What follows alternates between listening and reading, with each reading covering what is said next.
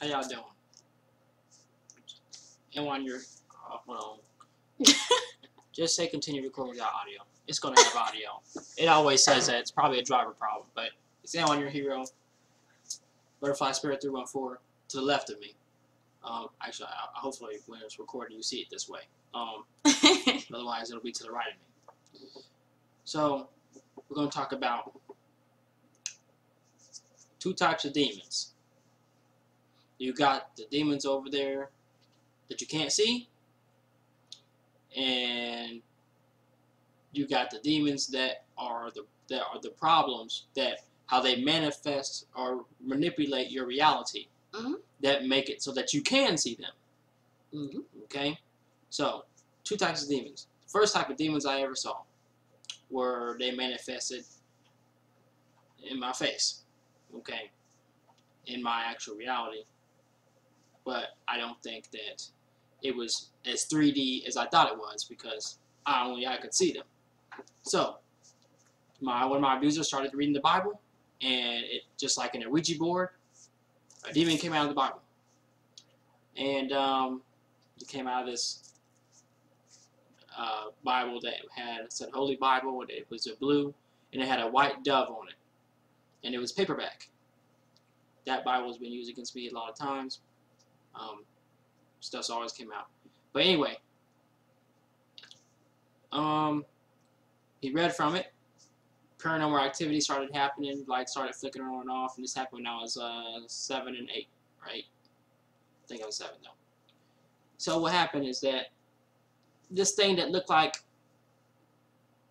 the gremlin, like from the Gremlins, when you pour water on them, they turn into that nasty brownish, purplish type of creature. Well, this was a tall one, and it looked to be about as big as I am now, but I was smaller then, so it would look to be as big as I'd say a grown-up. And its knuckles was all big, like its knuckles was thick, like all its joints was like thick and bigger. It had like these ears. It looked like the fucking thing from the Gremlins, that when you pour water on them, they go crazy and they look like that. It looked a lot like that. So it's crazy. Maybe somebody saw a real one too, or maybe that was a thought form. I mean, I didn't know back then, so I just thought, hey, it looked like something scary. Anything that looks scary is a demon. Okay, so there's that. Another time, one manifest from the Bible was when this is back when I was about 11. Different house, same Bible.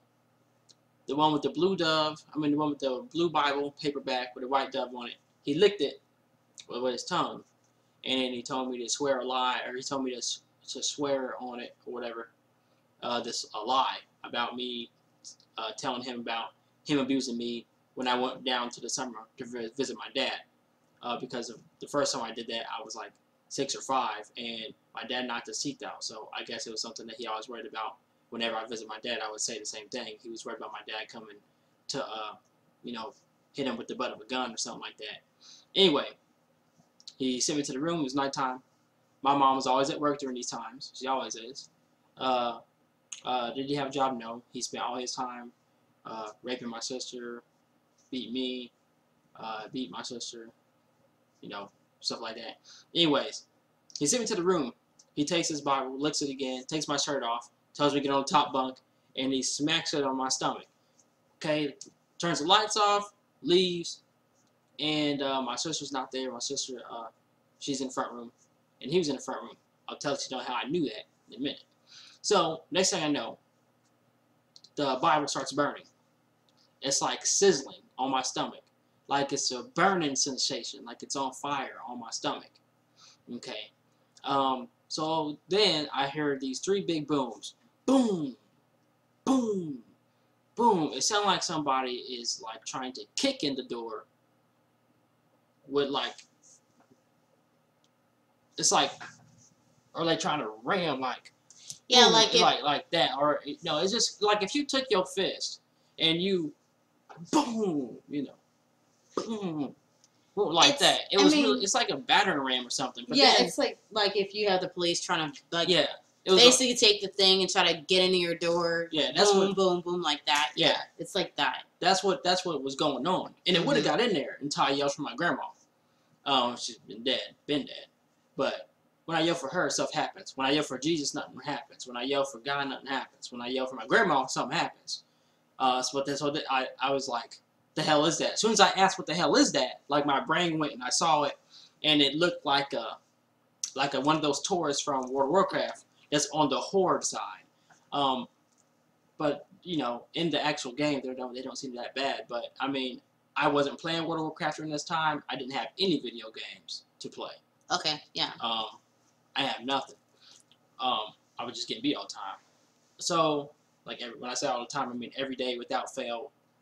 Even when you try to sleep without fail. So that's another manifest. Okay, where it manifested, and it was behind the door. So I yelled for my grandma. Things quiet down, but I was like, you know, I yelled for my abuser. I was like, where are you at? And I was like, sis, where are you at? And my sister said, we're in the front room. So I was all freaking out, like, okay, so my mom ain't here, and if both of them is in the front room, what the hell is that? Okay. You know? So, like I said, there's the actual manifestation of them doing that. And then you got the demons that work around other people, and this is when you say you gotta fight your inner demons. You gotta fight your own demons. This is where this comes from. Where you got all these obstacles in your way. You're trying to do something. You're trying to get somewhere. But you're never getting rid of the stuff that's the obstacles that's always in your way. You gotta actually omit that crap till it never happens again. Those are the other demons. But then you can't, you know, you can only do so much because they will manipulate people. Like people who were heavily matrix, they're easy to manipulate. If they're not even aware even a little bit, not even the least bit of psychic. You're Christian, heavily in the matrix, heavily into the news, believe everything they're told, you know what I'm saying, religious stuff like that, you know, believe the news, everything, and that's, when I say believe that stuff, I mean you believe it and then you keep it. Like no other information that can tell you any different, they will easily use you because, I mean, there you go. You think you're doing something. You know, you think that you can just go give all your sins off to God and all your guilt, and then they can just use you right again. You're in a place where they feed off of you. You're the biggest feast. Churches are the biggest feast. Anywhere where people, a bunch of people crying, and they're sobbing about their sorrows, they can't do anything right. Demons on that side, that's what they use to eat it up, and they use it to get energy. And now they got more power to fuck you up even more throughout the week. Because you're beating yourself up over nothing. You know, so then they'll use you to beat up somebody else because your emotions is fucked up and you're not feeling good, and when you're not in a good mood, you're not going to really treat other people in a good mood. You're not, you know, because your emotions, you can't check yourself. So now they can use you and your fucked up emotions because you're not in a good mood to go mess with somebody who is a higher vibration and try to bring them down. When I say high vibration, I mean they're happy. Emotion, vibration is emotions, okay? So they're happy, things are going right, you know, they figuring things out. You know, they just got a new girlfriend, or new boyfriend, or new job, or promotion, or some shit, something like that. Or they had a party, a birthday party, and somebody they've never seen in a long time showed up, you know. And so their vibration is really high. And nothing can fucking, they feel like, ain't nothing gonna ruin my day. And that's where the demon will come in and will do that. You know, you're trying to work on business, you know. But I'm gonna let her explain the real life stuff, other real life stuff that happened to us, and the way they manipulate other people that's heavily in the matrix, that is not even the least bit open to understand that not everything is on the surface that you know. Okay, so before I start though, I was gonna ask about your grandma for people to know like why you called on her in particular, so people understand why you called her in particular. Oh, you know. Well, I called my grandma in particular because when I was little, I saw this. You know how they say, you know, the Grim Reaper or whatever? But what I saw was a black dude. It was a black dude in a black cloak. And he didn't have a scythe. It was more like a staff. This was back when she was having heart problems, issues, whatever. And she was like, because my grandma was like into voodoo or whatever. Okay, yeah. And so, but there is she had a newspaper about something that happened with my mom. And my mom's, this guy that was messing with my mom. So this guy had, I guess, tried to hurt my mom, rape my mom or something. And my my grandma said, okay, get me some of his hair, give me some of give me some of your hair, and save your period blood. And then she mixed it all together. Next thing you know, the dude's in the hospital, and a snake was in his intestines or something, and they had to pull a snake out of his intestines. I don't know. It's just weird shit. No, it's like, how the fuck that get there? I don't know. It's just weird shit. But that's the only story I ever heard of. But so since my grandma was spiritual, and I saw her after she had died, I would always tell my mom about it. Oh, grandma, she's still around, blah, blah, blah. And when I would have my headphones on, okay, I would used to listen to headphones. When you listen to music When I or listen something? to music, yeah, with MP3.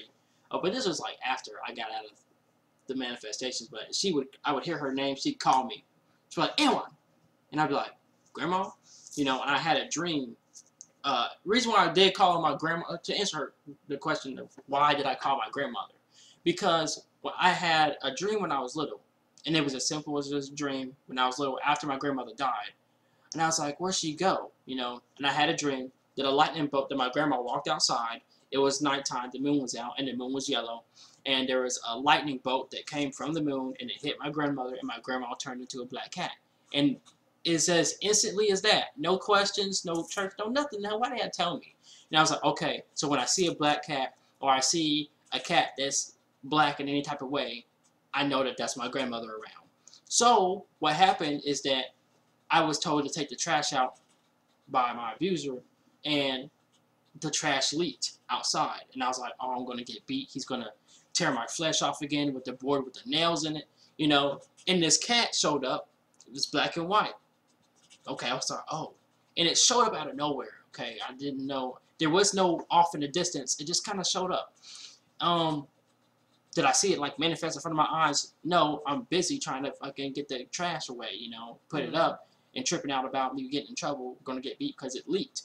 This cat, instantaneously, the first thing this cat did was it licked up all of the leakage from the trash can. I'm not shitting you. That's exactly what it did. And then I realized, oh, that's my grandma. So then,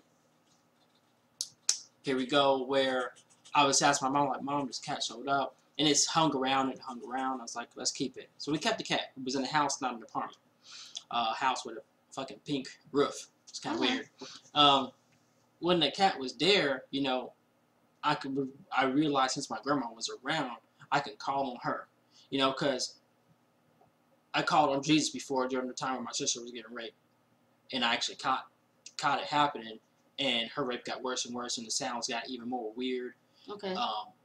And the banging got more intense the more I prayed for this Jesus to help, and I prayed for God to help, and nothing happened. Okay. I didn't know to pray. That was before the cat showed up. Okay. After the cat showed up, I was eating dinner. This is another demon thing, more paranormal demon type of shit. But it didn't manifest. It was like moving shit around. It was like working through my abuser. So he told me, now I couldn't eat breakfast. I don't even eat blueberry waffles till this day because of this bullshit. So I was at the dinner table, and I was trying to eat these blueberry waffles, and my stomach was just so sick. I'm just so sick because my abuser's like right there. You know what I'm saying? And he's right in front of me. I'm like, he's going to hit me at any moment. It's going to happen. It's going to happen. I got sick. He's like, I can't eat with this dude right there. And so what happens is that he puts this heavy-ass box right behind him, and he locks the door, and he puts this heavy-ass box in the top of this pantry. Well, I feel like I got to go throw up. He says, you're only going to burp when you throw up. I'm like, no one does that. But instead of the church being right, and, the pastor being right, and Christians being right about stuff, yet again, my abuser was right. I went to go fucking throw up, and a burp came out instead. I only belched. So when I went to sit back down, he got up to hit me, and I said, Grandma, real quick, like that. And then the door unlocked itself, and the box flung open and hit his ass in the head. Okay. So there you go. So basically you called on your grandma because she was there to basically help you out. Yeah. In times where, you needed somebody to help you. Yeah. So I guess you would say that's a real manifestation of a spirit guide. one of your own relatives. There you go. Okay. So I will go ahead and add to it. So basically, for people who are like watching this video and stuff, I was in a store and no, I didn't see any like demons or anything in this occasion, but I was in a store. I've had like experiences with like cats or something like that, and how cats.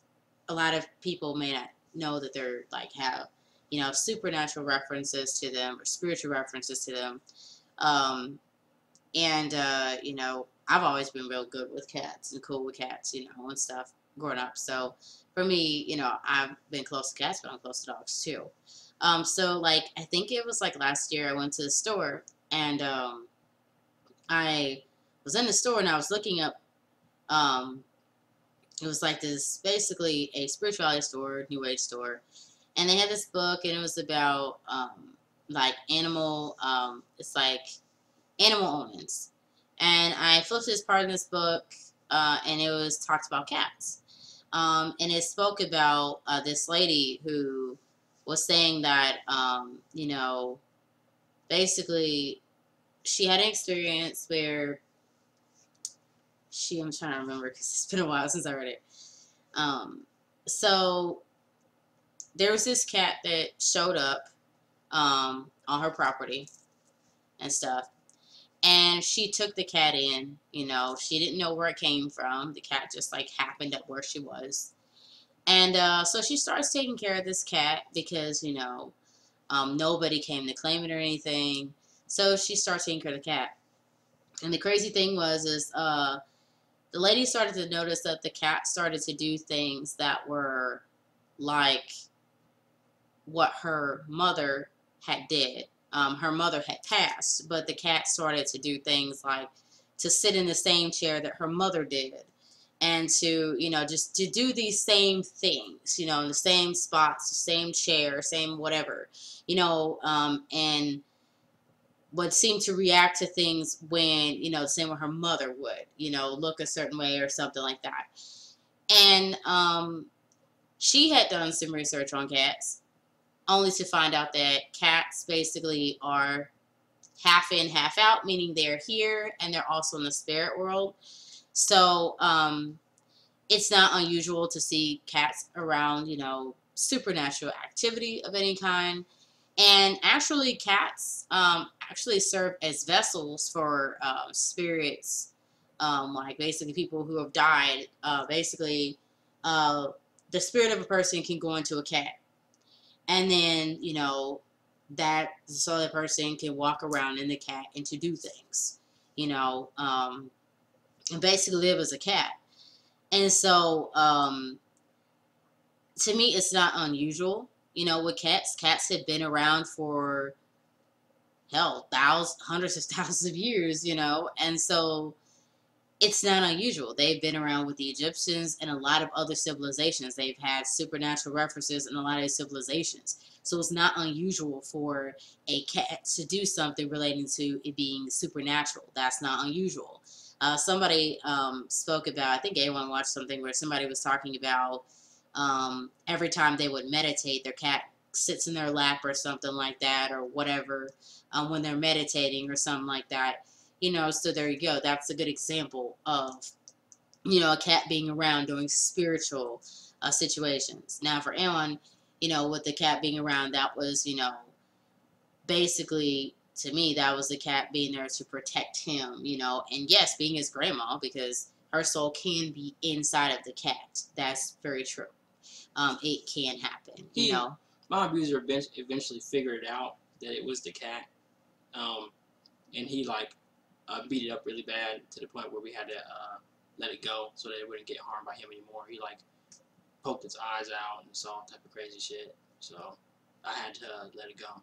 But I was still able to call my grandma. She was able to appear. But the cat could only hang around so long. Why didn't I protect it? You know what I'm saying? I can't. I was too small and too weak. I wasn't very strong. But go ahead. I mean, with that, a lot of, Anyone's experiences, like even for me, it's, I'm always learning something new about his experiences. And, it's to first hear something like that from me, it's kind of like, you know, wow in a way, because you have to deal with that. A lot of anyone's experiences maybe similar to some of you guys' experiences out there. Some of you who are watching who may not voice your opinions or say anything about what you've gone through or anything. I think anyone kind of has gone through things more on an extreme scale, and stuff, and he doesn't want people to go through it and stuff. And it's just like, damn, you had to have like some type of experience like that. But even though it may be hard to hear, it's important to voice that, because there are people you know, who need to be warned about these types of experiences, and to know this kind of stuff can in fact happen, and it's not something that is made up or something. This stuff really happens to people. People are really abused, and they're abused in many different ways. I mean, I can't begin to imagine what people go through. And, I think it's basically for anyone to be here and to be doing what he's doing and trying to help people. I think that's a really big thing. That's I would say it's that his experience is more of a miracle that he's here to help people, as opposed to what people would call a miracle, as in, church and all that bullshit, because, he's actually turning things around to help folks and to do something, so I think, for anyone coming and speaking, and we do collabs a lot, but I think, in a sense, he's a leader and he's a hero about stuff, and it takes, sometimes you have to talk about the things people are uncomfortable with talking about, to give a voice to something that maybe people are too afraid to speak on and stuff like that, because to let people know what actually happens, especially when it comes to, you know, kids and them being abused and stuff like that. That's important to talk about. Now, It is. About demons getting actually into people. I'm gonna talk about. Well, you can talk. Go ahead and talk about it. Okay. So when I did tell my mother about hey, we're getting all these scars on us because the boyfriend you got in the house right now, he's abusing us and he's hurting us and he's hitting us with this board with nails in it, and that's why I got these holes in my skin. Mm-hmm. He took my head and bashed it on the sink in the bathroom. That's why I got this gash. I don't got stitches. That's why I got this big bandage. That's why I passed out at school. That's blah blah blah. Mm-hmm. So every time, this is the person I call him the demon man, because it's like he's got demonic abilities, or he uses abilities in a bad way. Mm-hmm. So my mom would say, okay, Elwan, and my sister, let's go. Son, so she'd daughter, attempt to leave. Okay. She'd attempt to leave. So she tried this you guys 3 times, and twice in Independence and another time in Kansas City when I used to live there. He would go like this. He would step in front of her. She would make it to the door. I mean, she had everything. We would get our stuff packed. She'd have stuff on hangers, and we'd be about to leave. We would just leave with clothes and fuck everything else that's there. The most important thing you need is your kids, and you need to fucking clothe them. Grab a couple food, get ready to go. So he'd get in front of the door, the front door, okay, and she would be like, move, get out of the way, we're getting out of here. You're not a person to be hanging around with, and blah, blah, blah. Mm-hmm. And he would just take his 2 hands and put it on her shoulders, and she would just like, I don't know, hypnotize up, or I call it zombifying up. For me as a kid, I've always called it that. That's what it looked like. Just say hypnotize. Like, it's like hypnotize or zombifying. It's like this. And he would have both hands on his, left shoulder, right shoulder. And then he would say, go put, tell your kids to put the stuff up and go in the room. And she lost all personality. Her walk was different. Her talk sounded like robotic. And she would just walk like, put your stuff up. We're staying. Then she'd lay in the bed like this.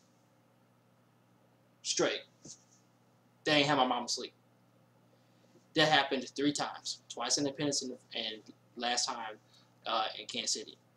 Okay, they also called him the Demon Man because I had a lot of dreams that I have a video about how I made a future me or another me where I used the steam and the heat in the bathtub to make. But they can watch that though. Yeah, you can watch that. They can watch that later though. So when I was getting these dreams of me seeing the future, this was when I saw the one where my dad was going to show up and my grandpa was going to show up in a white van. I was laying down. And my future dream, I could tell which is which because I just could tell. And it crumpled like a piece of paper. Okay. And I woke up and there was my abuser standing over me like this. And I was like, "Why'd you do that? You know, you got rid of my ability. Why'd you do that? You took my ability. You took my." You know, I was really upset. You know, because it's like I'm a defense mechanism that I have to develop. But that's just another way of it manifesting in the person. Okay.